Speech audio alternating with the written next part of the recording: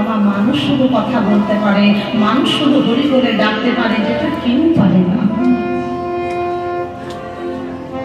শাস্ত্র বলছে মুখ কান করতে বাচারণ লঙ্ঘন লঙ্ঘয়তে গিরি যত্তে পাতা মহানবন্দে পরমানন্দ মাধব। হরি নামের গুণ আছে, শুধু শুধু বলে না যে হরি নাম করো, হরি নাম করো। আমরা কখন হরি নাম করি বলেন তো? বলো দেখে তো বাস্তব কথা বলছি কিন্তু মা। সংসারে যতদিন বেঁচে থাকি হরি নাম করতে ইচ্ছা করবি? কখন করি জানো? যখন একটু বয়স হয়ে যায়, বৌমা সময় মতো খেতে দেয় না, ছেলে আর আগের মতো দেখাশোনা করে না, ছেলে বৌমা যখন আর যত্ন করে না, তখন আমরা বলি হরি তুমি এবার আমাকে রক্ষা করবে। আরে বাবা, যখন তোমার দেহের মধ্যে অঙ্গ প্রত্যঙ্গ গুলো ভালো ছিল, তোমার দেহের রক্ত যখন গরম ছিল, তুমি তখন একবার হরি বলে ডাকলে না। এখন তোমার ছেলে খেতে দিচ্ছে না, বৌমা খেতে দিচ্ছে না, এখন হরি বলে ডাকছে। হরি শুনবে?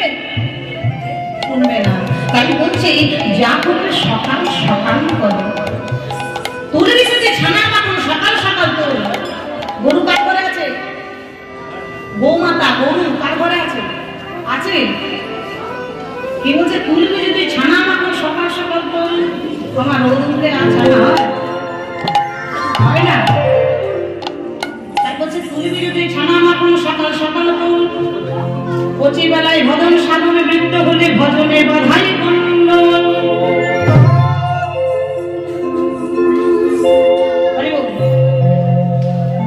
যা করবে সকাল সকাল করো। সকাল মানে কোনটা? রাতের পর যে সকাল হয় সেটা মোটেও না। তবে কোনটা? একদম ছোট্ট শিশুবেলাটা। শিশুকালটা হচ্ছে সকালবেলা, আর আমাদের যৌবনকাল হলো মধ্যাহ্নবেলা অর্থাৎ দুপুরবেলা, আর বৃদ্ধকাল সেটা হলো রাতের বেলা। তাই যা করবে সকাল সকাল করো। এসেছি যখন আপনাদের চরণ ক্রান্তি অর্ধমা কীর্তনিয়া রিঙ্কু দাস এবং আমার এই প্রভৃত সম্প্রদায়ের তরফ থেকে জানাই সকল ভক্তের চরণে কোটি কোটি দণ্ডবত প্রণাম।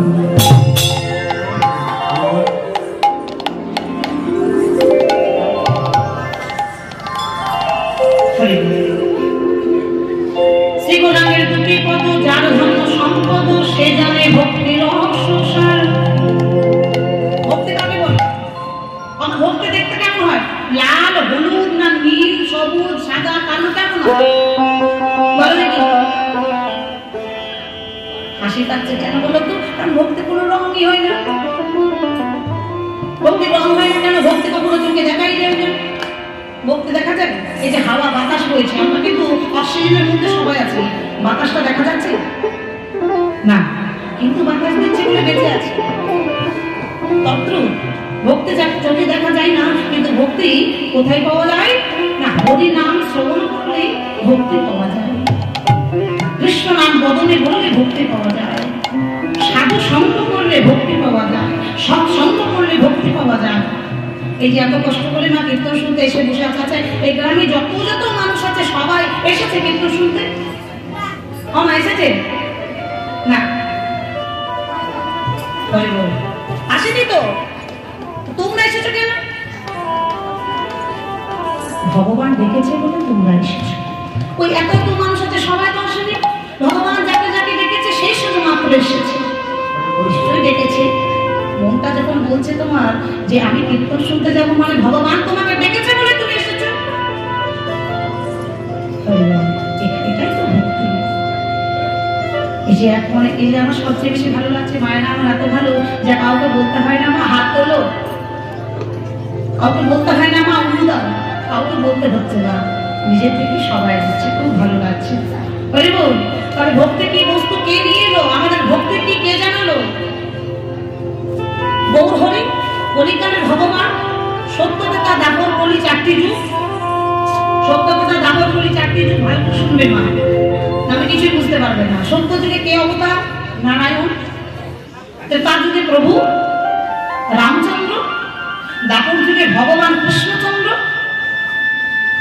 আর কলিতে গৌরাঙ্গ মহাপ্রভু। কি নিয়ে এলেন? হরিনাম নিয়ে এলেন।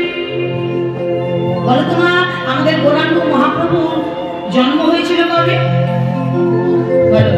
আমরা তো সবার জন্ম ছেলের মেয়ের মা বাবা মাসি পিসি কাকা কাকিমা জেঠু জেঠিমা সবার জন্মদিন জানি, কিন্তু ভগবানের জন্মদিন কি আমরা জানি? জানি? আমি আজকে বলে যাচ্ছি, বলবেন না তো কখনো? মনে রাখবে তোমার? হ্যাঁ, সেটি হলো আর কিছুদিন পর। কি মাসে?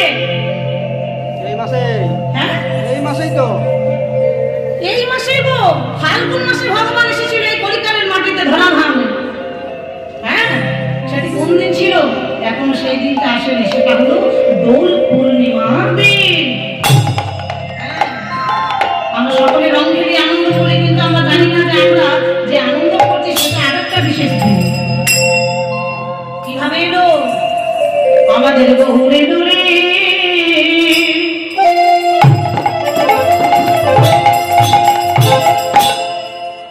এই সোনার নদিয়া উলুধ্বনি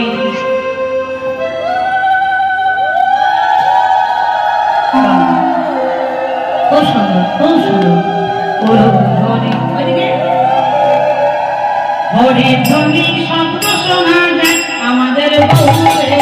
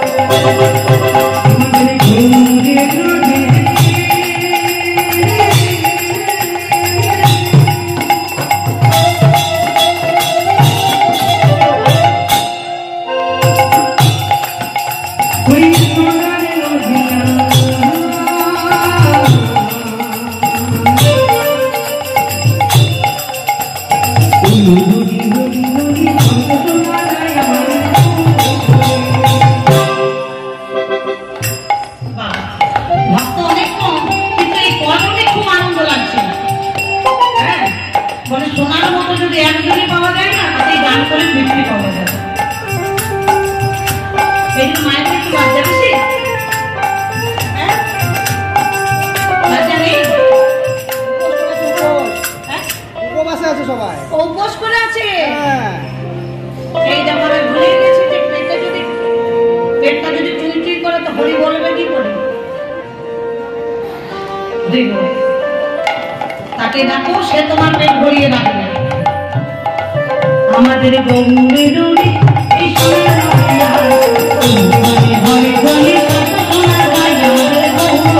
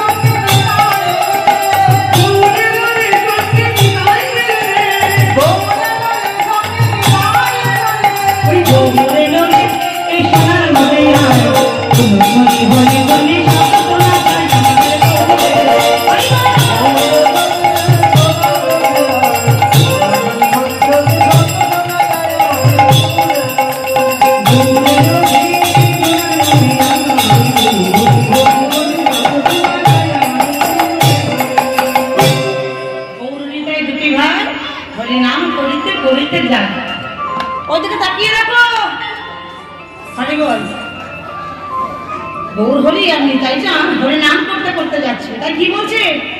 ওরে কে কে তোরা নামতে পিঠে ছুটে ছুটে আয়,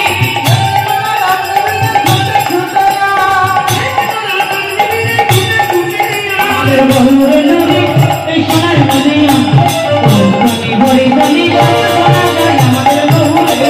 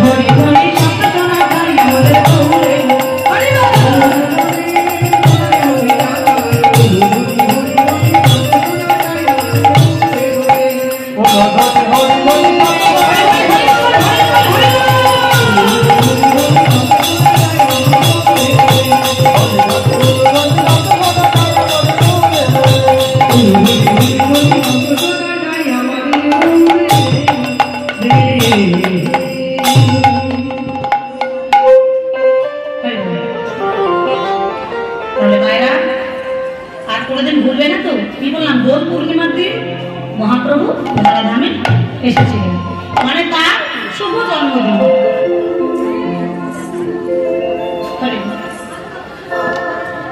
গৌরহরি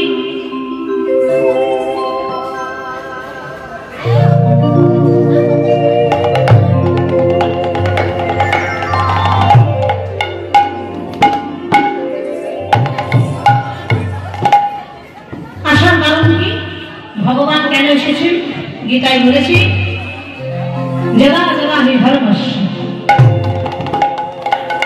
জ্ঞানীর ভবতি ভারত অভ্যুত্থানম ধর্মস্য তদাত্মানম সৃজাম্যহম পরিত্রাণায় সাধুন বিনাশায় তদুত্থিতম ধর্ম সংস্থাপনার্থায় সম্ভবামি যুগে যুগে।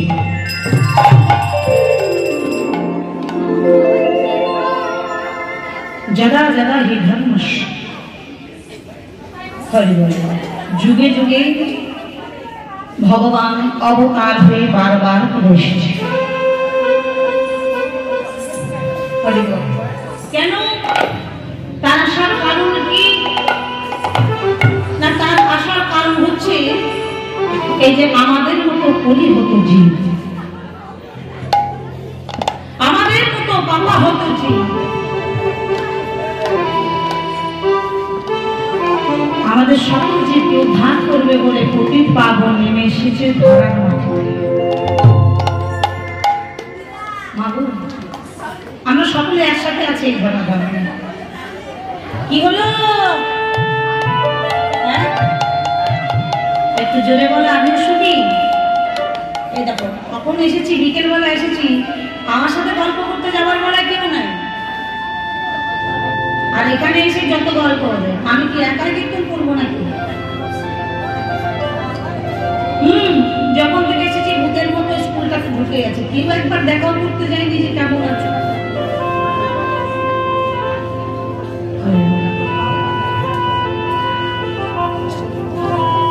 আমরা যে কীর্তন করতে আসি না গ্রামে গ্রামে পাড়ায় পাড়ায়, আমাদের তোমাদের কাছে একটাই পাওয়া, একটাই চাওয়া, কি একটু ভালোবাসা।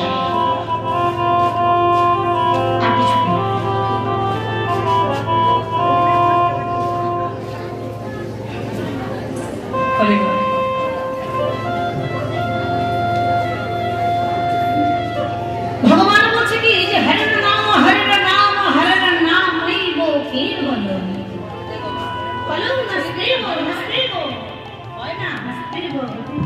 আর যে বলছে হয় না সে নিজে ভালো।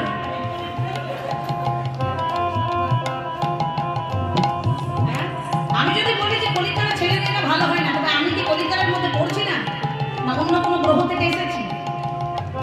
আমিও তো তোমাদের মধ্যেই আছি। তবে কলিকাল ভালো নয়, কলিকালে ভালো কাজ হয় না, শুভ কাজ হয় না, কলিকালে কেউ কাউকে সম্মান করে না, কলিকালে কেউ কাউকে ভালোবাসে না, কেউ কাউকে শ্রদ্ধা করে না, যতটুকু কর্ম কলিকালের মাটিতে। কিন্তু কলিকাল যদি এত খারাপ হবে, তাহলে ধন্য বৈষ্ণব পদকর্তা কেন বলবে যে ধন্য কলিযুগ ধন্য সর্বযুগ সার? বৈষ্ণব পদকর্তা বলছে ধন্য কলিযুগ ধন্য সর্বযুগ সার, মানে সবার উপরে কলিকাল। কেমন লাগছে না আবার যে কলিকালে যত কুকর্ম খারাপ কর্ম হয়, আবার বৈষ্ণব পদকর্তা বলছে ধন্য কলিযুগ ধন্য সর্বযুগ সার। কেন বলেছে জানো না? হরি নাম সংকীর্তন যাহাতে প্রচার। কোন যুগে হরি নাম হয়নি, একমাত্র কলিযুগে হরি নাম হয়েছে। তা আবার কে করেছে? কলিকালের ভগবান নিজে হাতে ধরেছে, হাতে ধরে বলেছে একবার হরি বল, পায়ে পড়েছে একবার হরি বল। কিন্তু আমরা বলুন বলি আমাদের আয়ু কত? কলিকালের মানুষের আয়ু কত? আমরা কতদিন বাঁচি বলো তো? বলতে পারবো? মোট আমি বলছি, একটা আন্দাজ মতো বলছি, আমাদের আয়ু হলো মোট 100 বছর। সেটা বলা যাবে না যে 100 বছর বাঁচবে আর 10 বছরে চলে যাবে, সেটা তার করুণা, তার কৃপা, সেই যদি ডাকি যেতে হবে। কিন্তু আমাদের আয়ু হচ্ছে 100 বছর। কত কম ভেবে দেখেছো? সত্য যুগে মানুষের আয়ু কত ছিল জানো না? সত্য যুগে মানুষের আয়ু ছিল 1 লক্ষ বছর। 1 লক্ষ বছর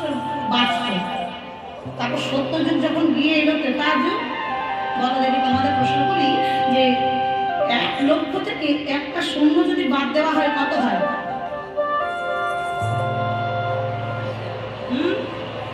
তোরা গল্প করছিলি বল। হ্যাঁ কি করে বোঝাই বলতো? 1 লক্ষ কত শূন্য? পড়াশোনা করিস তো? হ্যাঁ অল্প অল্প করে। হ্যাঁ অল্প অল্প করে। অল্প অল্প করে আবার কি কথা? 1 লক্ষ থেকে যদি একটা শূন্য বাদ দেওয়া হয় 10,000। তা যদি মানুষের আয়ু ছিল 10,000 বছর, যখন এলো দাপর যুগ ওই 10,000 থেকে আরেকটা শূন্য কেটে গেল, হলো কত? এবার তো বলতে পারবে যে 10,000 থেকে একটা যদি শূন্য বাদ দেওয়া হয় কত?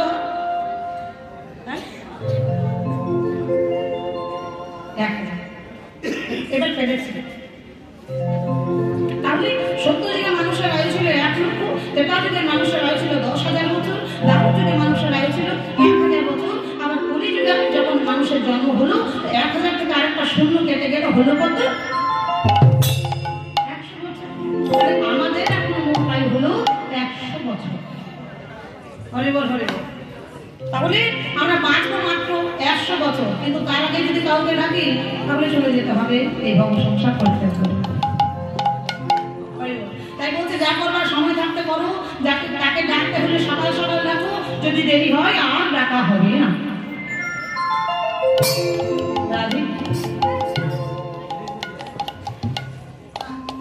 বলেনি প্রভু, একবার বলেনি যে আমাকে ডাকতে হলে তোমরা সংসার করো না, সংসার ছেড়ে সন্ন্যাসী হও, বলেছে কি? না, সংসারে থাকো, সংসারে থেকে যেন তাকে ভুলে যেও না। একবার হলো তাকে স্মরণ করে ডাকো, সারা দিনের মধ্যে হলো একবার ডাকো। সবচেয়ে আগে মনে রাখবেন, গুরু দীক্ষা না হলে, গুরু যদি দীক্ষা না হয়, দীক্ষিত না হন, তাহলে কিন্তু ভগবানকে ডাকলেও সে সারা দিবে না। সবার গুরু দীক্ষা হয়ে গেছে?